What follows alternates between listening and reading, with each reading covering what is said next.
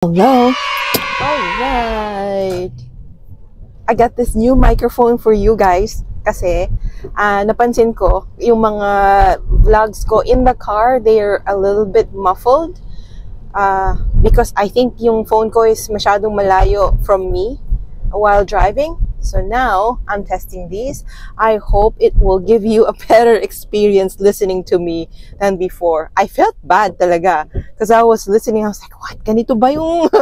ganito pala ang tunog ko. Kahit ako siguro hindi ko panonoorin kung ganun all the time yung mga ano. I'm so happy pinagtsatsagaan nyo ko kahit ganun yung tunog. Kumusta na ba kayo? Muulan na naman. I took a day off today. I'm hoping to do something productive. Not sure what it is yet, but it's a Friday and tatry kong mag-live mamayang gabi dito at so figure out natin.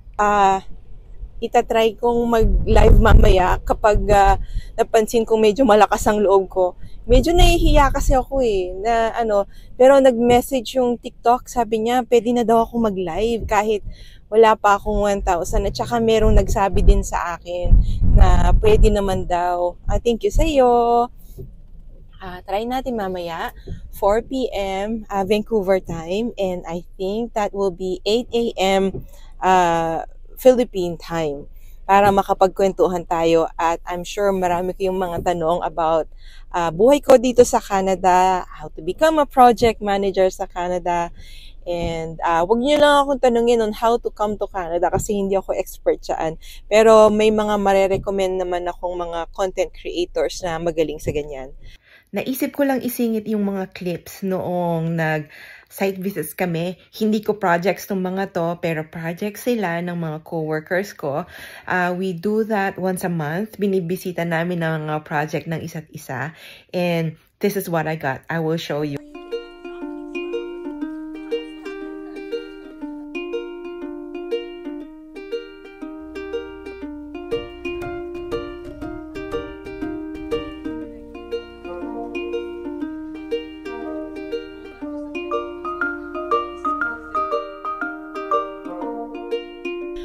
I'll see you at the live in a bit. Have a beautiful day.